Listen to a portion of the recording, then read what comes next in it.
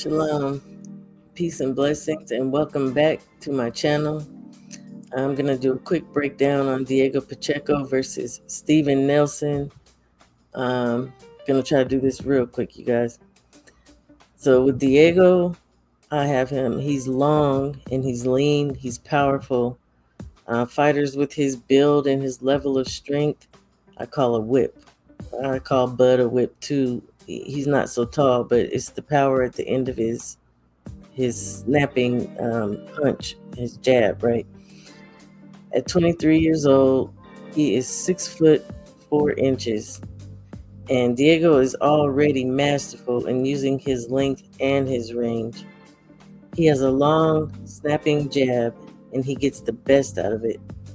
There's power at the end of his jabs, straights, and even his hooks to the body. I wouldn't say he has the greatest speed, but by no means is he slow. And he's quick on the counter, and he's also quick on his short shots. And shout out to Aunt McQueen for bringing to my attention. Diego's also slow in bringing his guard back from his shots. I don't know what that's about. He's just a little slow on the retreat. He does have power in both of his hands. He's very patient and attentive. He's very fluid and agile for a tall person, and in that, he has quick and well-placed feet. He's ready to turn out, get in and out, quick to retreat on his feet. He's very good feet. And because he takes his time and controls, he controls the pace.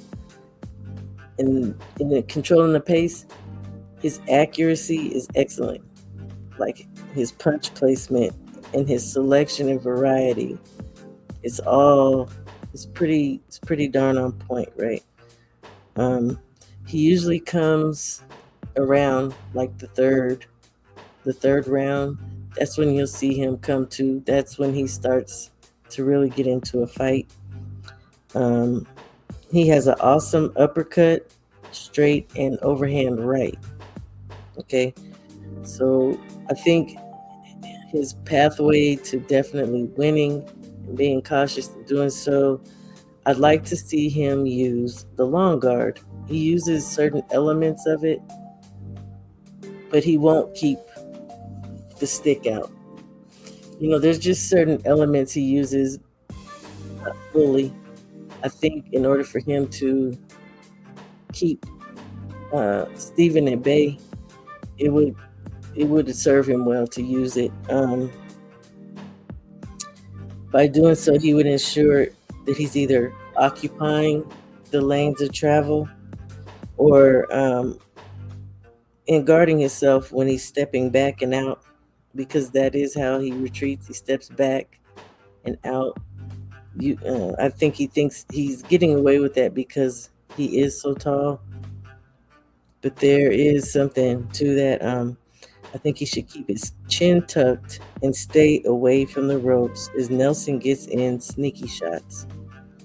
Also, get his hands back to the guard or starting position quickly, especially when he's in range of Nelson. So with Steven Nelson, he has an okay jab. It's really not a bad jab, but he doesn't utilize it as much as I'd like to see. But instead, he gets in there and he gets busy. He gets straight to work throwing his combinations. He throws a lot of combinations. He has a good punch selection, often going to the body. It was seen that Nelson is actually very versatile from long range to inside. And mid-range, you'll see him do all three. This also seems to be the case with his footwork. His footwork is better than, I don't want to say that he lets on, it's better than he presents, right? He can quickly close the distance, but generally You just see him doing the small steps forward. That is so that he can keep his balance and be ready to take off at any minute, ready to, take shots or dole out shots and get the best leverage off of them, right?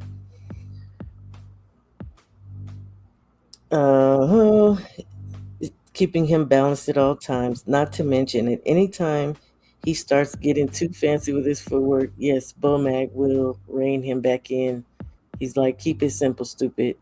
Because if you watch Nelson's feet, he does tend to start getting a little happy, and you can hear Bomac. Uh, his guard coincides with his distance.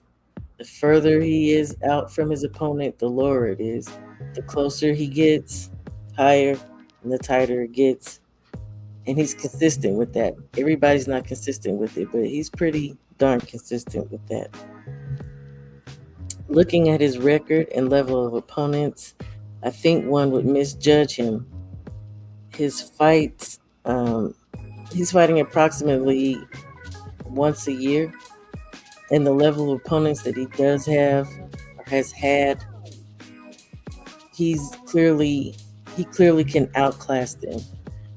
I don't think he's like far levels above them, but he has the ability to do so much more than we've seen in these fights.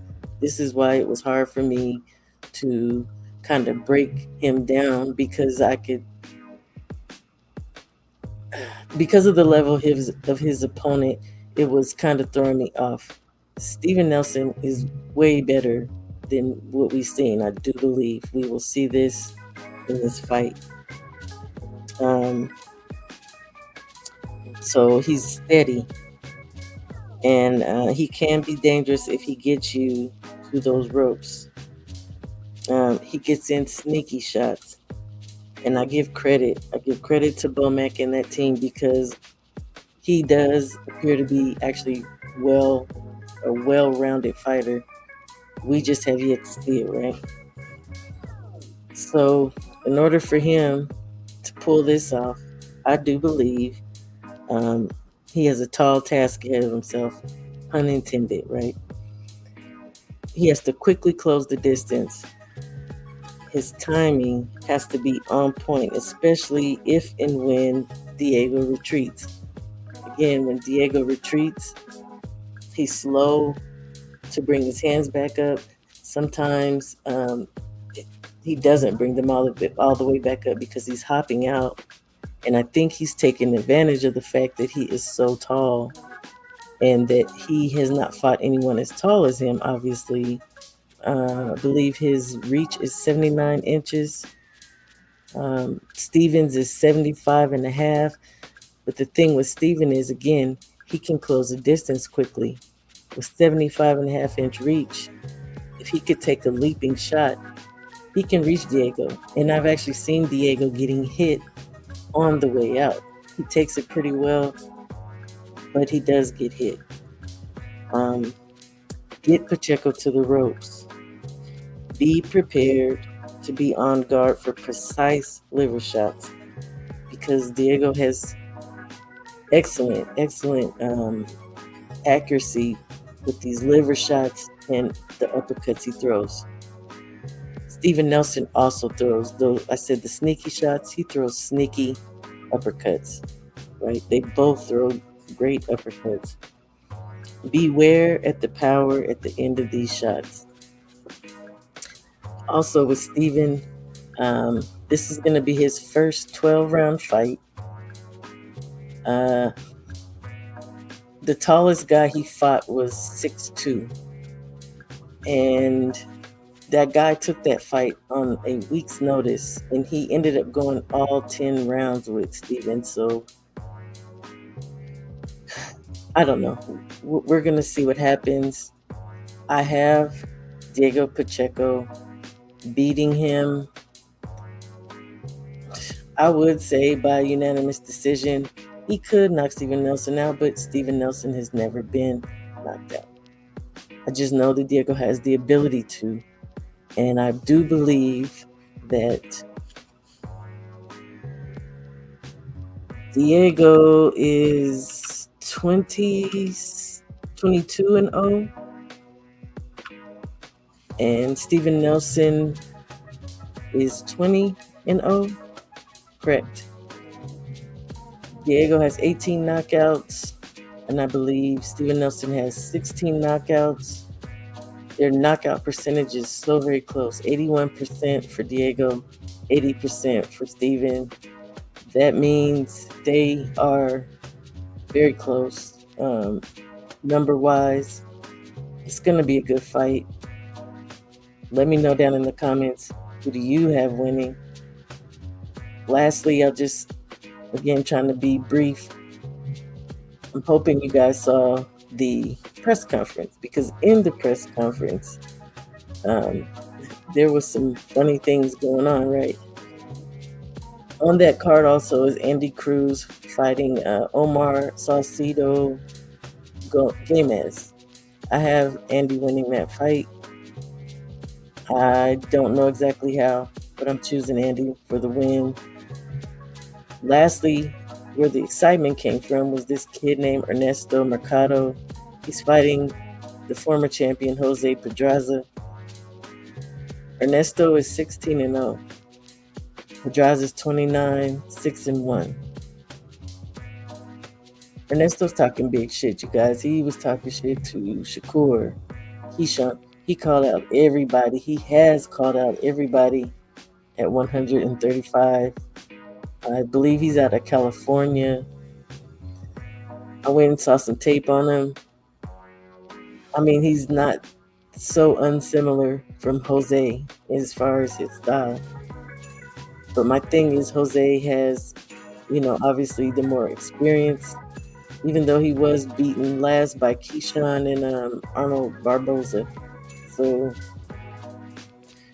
we'll see. We're going to see how this plays out. We're going to see how this kid shakes out. I thank you guys for stopping by. Many blessings. Shout out to the new subscribers. I appreciate you guys. Shalom.